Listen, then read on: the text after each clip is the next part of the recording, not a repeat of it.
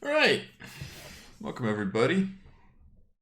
Happy to see you, even though I don't see you. This is honestly just an ad hoc video. I have no idea what I'm doing here. This is not scripted. This is honestly just me wanting to do something because I'm interested in D&D. So for those of you who don't know, a little while ago, we got the first Unearthed Arcana of One D&D. I keep saying D&D 1 for some weird reason. And it was interesting because I'm pretty sure, or we're pretty sure, everybody's pretty sure, that this is going to be like the new D&D version that we're going to get, kind of like D&D 6th edition to an extent, or 5.5, depending on how you want to call it. And they're asking us for feedback. They're trying to make this work. So I figured I kind of missed the boat on the first one because I wasn't sure what I thought of the entire idea. I was slightly afraid of what Wizards was going to do. And so I was like, I didn't really want to have an opinion on it. And then I kind of started looking through it, started thinking about it. And then the second one came out, and I figured, you know what? Let's have a look at this. Let's see what we think of this. So I don't know if I'm going to do this for every single D&D one that we get. I don't know if I'm going to do this for other Unearthed Arcanas. I don't even know what I want to do on this channel besides the Demons of Imanot campaign at the moment. So yeah, there's that. So anyway, this is going to be pretty much my... I'm not going to say first opinions, but mostly first opinions of D&D 1. As I read through it, I have heard and seen and whatever a couple of things. I saw the interview that came out yesterday between Todd Kendrick and Jeremy Crawford. I was forgetting his name. God, sorry, Jeremy. Love you, man. But yeah, so let's have a look at this. So first of all, this document is the second in the series of Unearthed Arcana articles, yada yada yada, I don't care. Providing feedback is one way you can help shape the next generation of D&D, because we'll see how good it gets. Expert classes. 3 classes appear in this document, each one a member of the expert group, the bard, the ranger, and the rogue. Each class appears with 1 subclass. More subclasses will appear in Unearthed Arcana in the months ahead. Okay, so we're getting 1 subclass for each, which is interesting. And I already know that they split the 13 classes, if you count the artificer, into 3 groups. Each has like their own little thing, so I guess we'll see. Feats. Feats follow the class descriptions, particularly feats available to the classes, sure. Spell lists, we're getting 3 spell lists. I don't know if they're giving us all the spells, but probably some. Rules glossary. In this document, any term in the body text that is underlined appears in a glossary at the end. Glossary defines game terms that have been clarified or redefined. Okay. Or that don't appear. So does that mean they only talk about new stuff then in this? We'll see, I guess. All right, to learn more about the design in the article, yeah, so I did see the video. If anyone wants me to maybe react to the video as well, I did see it already, so, but I'm not going to like make like a watch-along video. I don't necessarily like that kind of content. I prefer to just watch the video myself. I don't know. How to playtest this material. I am very likely not going to be playtesting it because I barely have time to run my own D&D games, let alone playtest stuff. Run it for 1 or more playtest sessions. Maybe it's like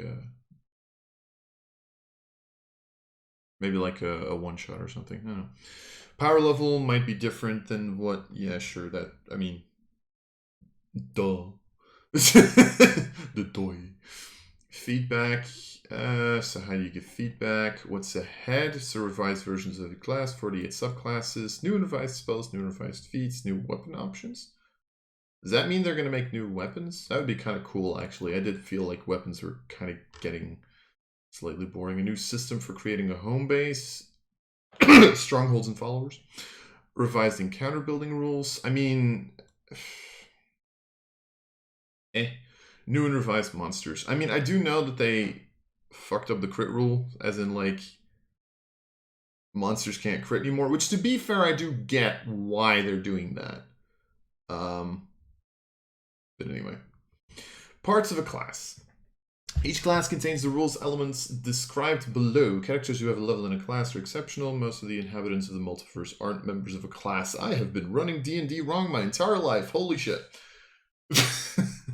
I give all of my NPCs levels. It's ridiculous. Primary ability. Sure. Finally, to use the multi-class rules, you must at least score of 13 in the primary ability of all your classes.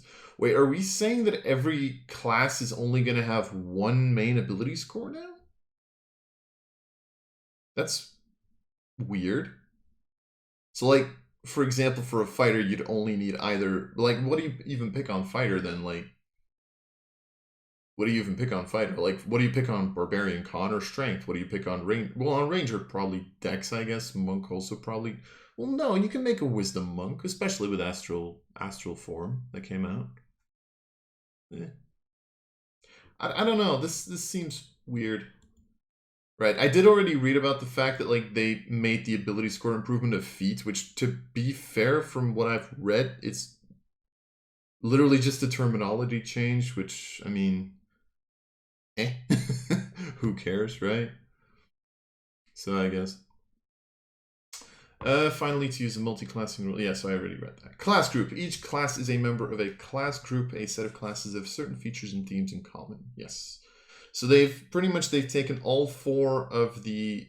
they've taken all 12 of the classes and put them into 4 groups. So experts, bard, ranger, and rogues, because all of them are polymaths who have the expertise feature and elements of other classes. This freaks me out a little bit, because I know that rogue very much had that. But, like, bard had abilities of rogue, to be fair. Or rogue had abilities of bard, depending on how you wanted to look at it. Like, ranger was kind of druid-y. Like, So mage, sorcerer, warlock, wizard. This was, like, the thing that I was, like, wondering about. Like, paladin, monk were the 2 where I was curious who they were going to put where. So mages are sorcerer, warlock, wizard, which is expected, because those are, like, the main... caster class, the main arcane caster classes, I should say. Priests, cleric, druid, paladin, and then warriors, barbarian, fighter, and monk. And I mean, mages, you get arcane magic. Priests, divine or primal magic, which I expected, focusing on healing, utility, and defense. And then warriors, the ones who can deal and endure hits, which... As I said, the only 2 that I was debating on, like, who they were going to put where were Paladin and Monk.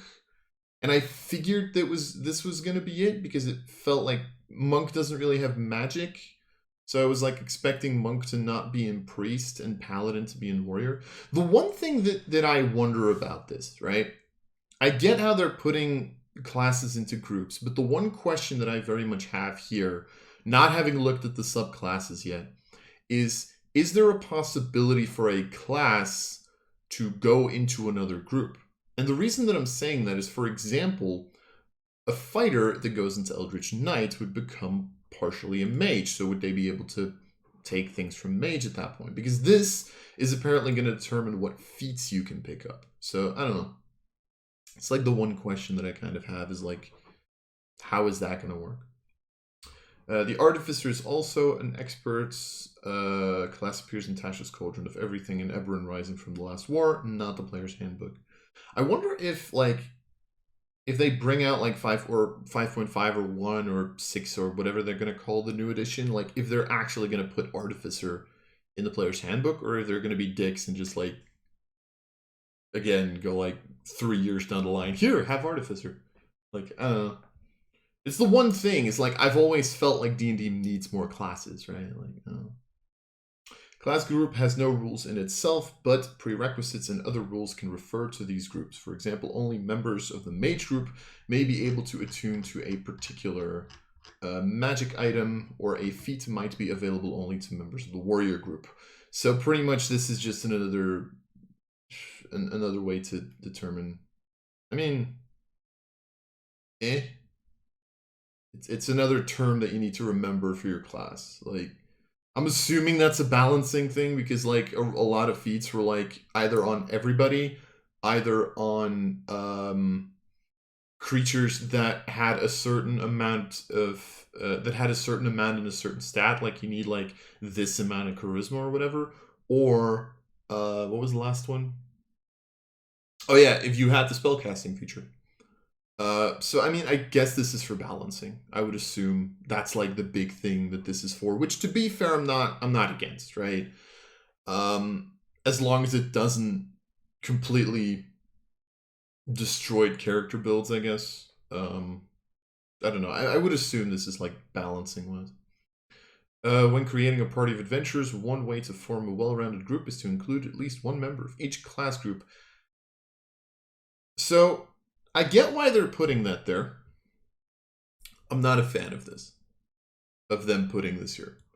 And I'm going to tell you why. I think D&D is one of the few, if not...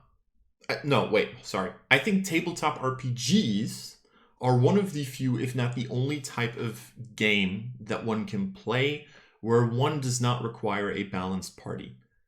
I'm not going to say that an unbalanced party is as good as a balanced party, right? If you have 5 rogues, you're not going to have the same abilities as a party with like a barbarian, a rogue, a paladin, a wizard, and a cleric is going to have, right? Because you're going to have different skill sets, and rogues are all going to have the same skill set.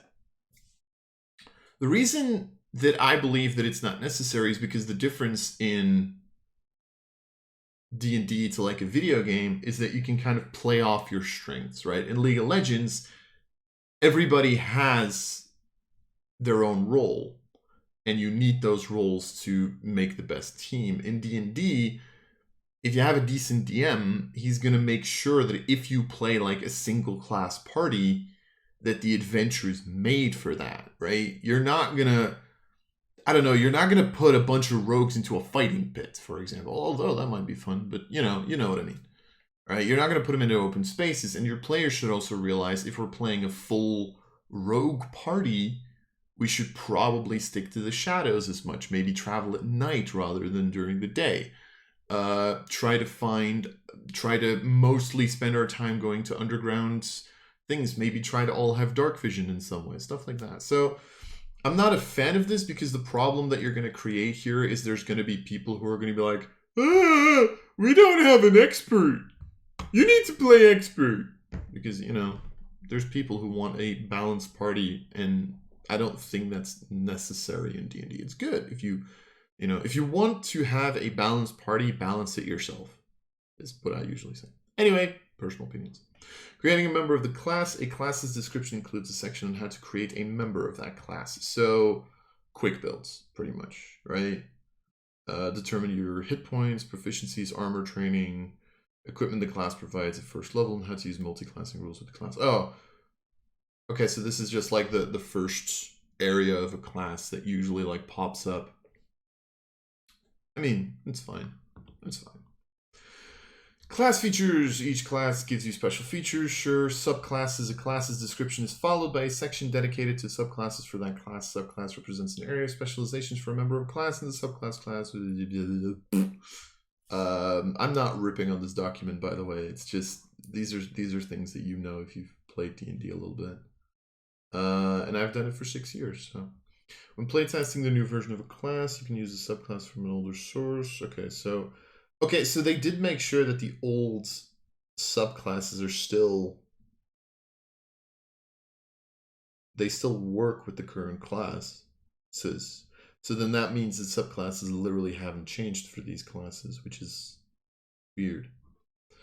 So 3 class highlights. All 3 classes have new features, I figured, as well as revised versions of old ones. Of course, otherwise why would we be looking at this? When a class offers a decision, a suggested choice is usually presented. I am actually a fan of this.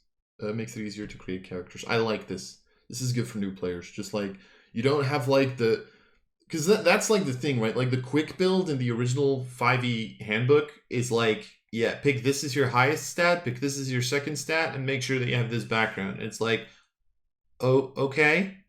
Well, but subclass, but there's this, and there's my proficiencies, and like, I kind of like the idea that they have like pre-made. To be fair, they have pre-made characters on the website, but I feel like they should have like a pre-made character of every single class just in the book, personally. Maybe with artwork, that's up to them. And each class's old 20th level feature has moved to 18th level, opening up 20th level for epic boons. Which I like this because I like this because nobody ever really gets to epic boons, but to be fair, nobody ever really gets to 20th level, you know? Like, how often do you really get to 20th level? But it does open up a use for epic boons, which does mean that they will probably have to move epic boons from the DMG to the player's handbook. I feel like they're going to have to move a lot of stuff to the player's handbook, or is that just me? Oh well.